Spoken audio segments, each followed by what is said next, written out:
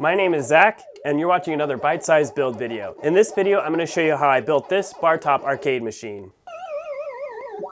I've wanted to build an arcade machine for a really long time. I've watched several makers in our community build their own, including Bob Clagget from I Like to Make Stuff. With this inspiration, I finally decided to make this project a reality. I started this project in the same way I start many of my projects, and that's by designing a model in Fusion 360. I made sure the design could fit on a half a sheet of MDF so one could theoretically build two machines with one full 4x8 sheet. I bought the material at my home improvement store and brought it home. The first thing I did was cut the sheet in half to make it easier to work with. Another feature of my design is that all the pieces are 18 inches wide. This allows me to cut a bunch of pieces at the same width on my table saw. I ran out of coins halfway through and had to dig around in my truck to keep the saw running.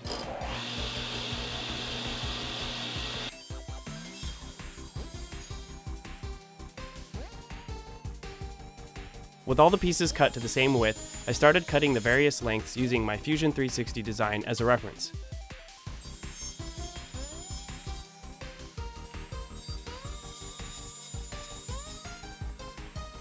There were a couple of pieces that required a 45-degree bevel, so I tilted the saw and cut those last.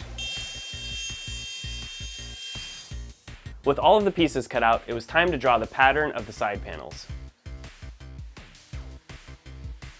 I fashioned a quick compass out of a scrap piece of wood to draw the radius I needed for the side panel.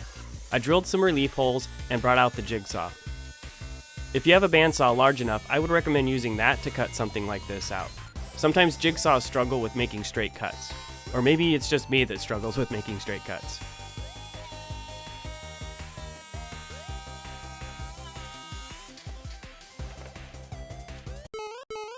After I had one side panel cut out, I flipped it over and traced the outline on the other side.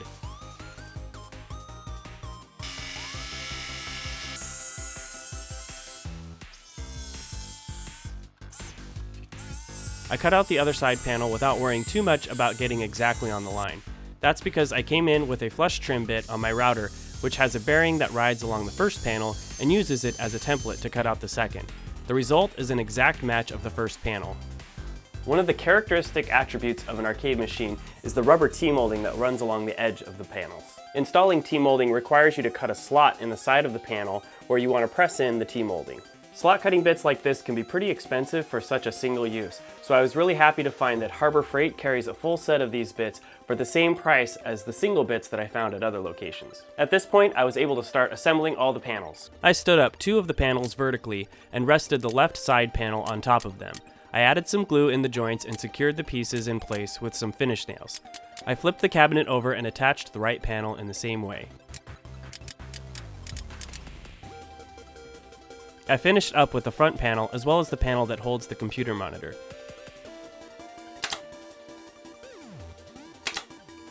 Here's what the cabinet looked like at this point.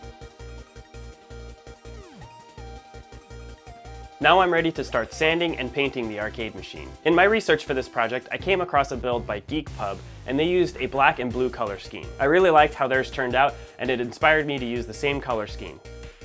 You can watch their build video by clicking on the card in the upper right-hand corner. I applied several coats of paint with some light sanding in between.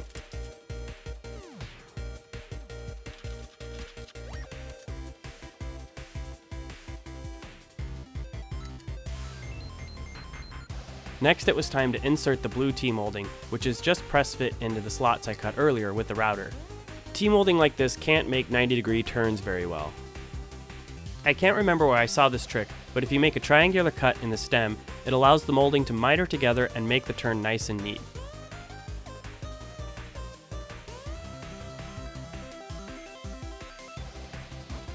For the most part, I could press the T-molding into place with my hands, but a few spots required some light taps with a rubber mallet.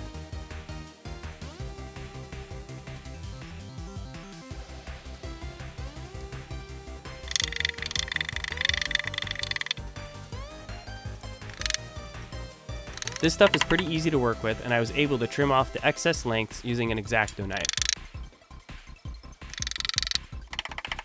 When I got to this point, things were really starting to take shape, and I was very happy with how it looked. I want to use the back panel to access all of the stuff inside, so the next step is to install some hinges as well as a lock on the back panel. Once I'm done with that, I'll install the computer monitor and secure it in place using some scrap pieces of wood.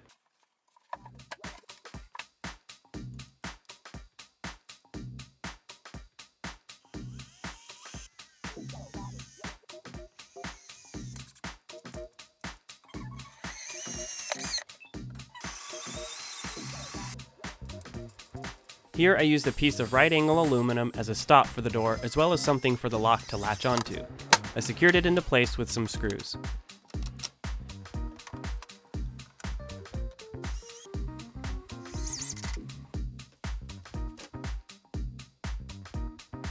I didn't want to build this arcade machine for just a single player, so I bought enough arcade push buttons as well as 2 joysticks to accommodate 2 players. I used my Fusion design to print out a template of where the push buttons would go and drilled out each hole. Then I used my router to cut a slot on the underside for the 2 joysticks. Without these slots, the joystick stems wouldn't stick out above the panel high enough to be comfortable. If you had a CNC machine, this step could be made a lot easier. With all the holes drilled, I started installing the push buttons and joysticks.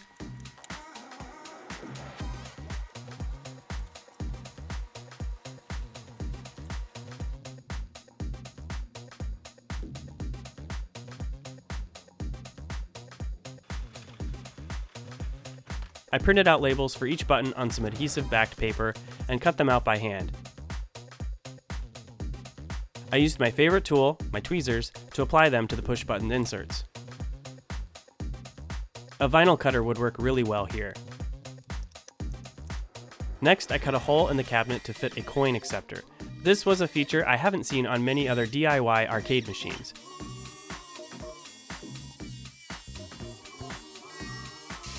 If you owned a public business, you could build one of these, put it on display, and actually earn a little money with it.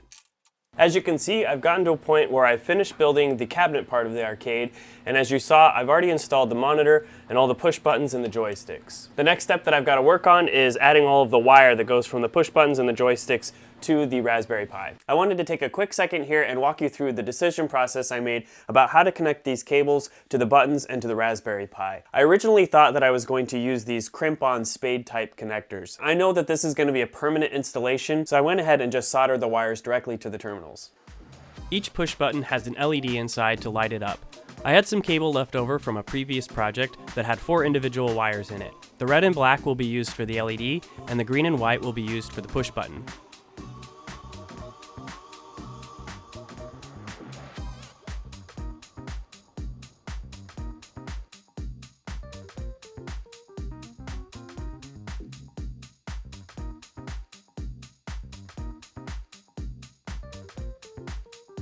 There are 12 push buttons in total, 6 white and 6 blue, in addition to the 4 push buttons on each joystick, for a total of 64 solder joints.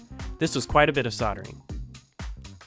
These push buttons were nice to use because I could unclip them from their housing to do the soldering and then clip them back in.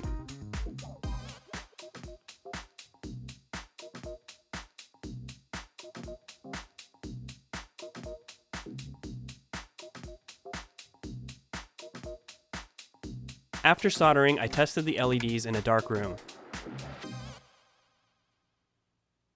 Most arcade builds that I've seen will have you connect the push buttons and the joysticks to a module, which in turn connects to the Raspberry Pi using USB. However, since the Raspberry Pi has a whole bunch of GPIOs, I wanted to use those instead. I used a clever piece of software by Adafruit that allows me to do this, and I'll talk a little bit more about it in a minute.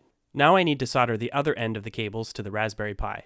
While I'm soldering these connections, I'd like to take a quick moment and talk about the sponsor for this video. When I work on an electronic project that I want to make look more professional and more permanent, I turn my design into a PCB using JLC PCB. Ordering PCBs from JLC PCB is super easy. You can upload your board design files and complete your order in minutes. For $2, you get 10 professionally made PCBs with a quick 48-hour turnaround. I used to make PCBs from scratch, and not only did they not have a nice solder mask or silkscreen, the cost of time and materials actually made them more expensive than if I had just ordered them from JLC PCB. For more information about how you can get a discount on your first order, be sure to click on the link in the description. I finished this step by mounting the Raspberry Pi to the inside of the cabinet using standoffs.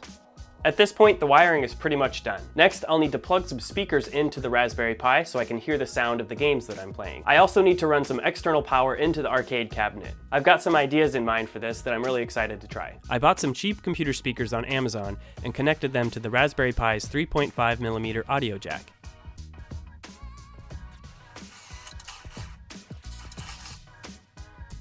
To plug the arcade machine into the wall, I cut a hole in the side of the cabinet and installed an IEC connector with a switch and a fuse built in. I have several things that I need to plug in, so I'm mounting a power strip inside. Finally, I'm installing a Sonoff Wi-Fi smart switch. This will allow me to turn on and off the arcade machine using voice commands. If you haven't seen my video about the Sonoff Wi-Fi smart switch, click on the card in the upper right hand corner. The last thing to do here was tidy up all the cables and wires with some zip ties. The arcade machine is almost complete at this point. The last step is to design a marquee sign that runs across the top. I wanted to keep this pretty simple, so I came up with this design in Fusion 360. The letters will be 3D printed and extrude out from the background. The letter C resembles a Pac-Man character, and it's eating little pellets that will be backlit with a white LED strip. If you look closely, the black background piece has slots for all the letters. I had to experiment a little with offsets in Fusion 360 to get these letters to fit correctly in the slots. Making them the same size as the letters wouldn't work. They have to have a little wiggle room to get them to fit. I soldered the white LED strip and glued it in place behind the marquee letters. I finished off the build by installing the marquee sign.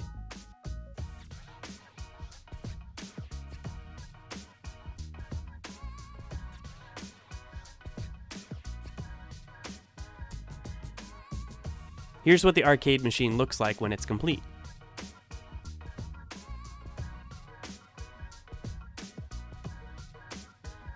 The software part of turning a Raspberry Pi into an arcade machine is actually way simpler than you might think. I followed this tutorial and loaded an image called RetroPie onto an SD card and booted it up on the Raspberry Pi. This image includes emulators for many of the most popular consoles of the time.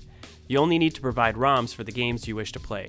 Keep in mind that you should only have ROMs of games that you physically own. As I mentioned earlier, I needed to add an extra layer of software on top of RetroPie that allowed me to read the GPIO pins and process them as key presses. I followed Adafruit's tutorial to set up RetroGame and map the GPIO pins to certain keys on the keyboard. Once I had that set up, I was able to play the games I had loaded onto the SD card. If your Raspberry Pi has a Wi-Fi connection, you can easily copy games onto the SD card wirelessly using FTP or SCP.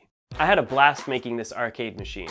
It was a ton of work, but I'm really happy with how it turned out. Hopefully this project inspires you to make something that you're excited about. If you're new here, you may not know that I make a lot of other cool project videos like this. For example, I made a video about how to make a simple switch that turns on your shop vac or dust collection anytime you're using a tool. I also made a different video about how to design your own printed circuit board. You can watch those videos by clicking on the thumbnails when they pop up at the end. If you enjoy watching these kind of project videos, please consider subscribing to Bite Sized. I really appreciate you taking the time to watch this video. I'm Zach, and I look forward to seeing you next time.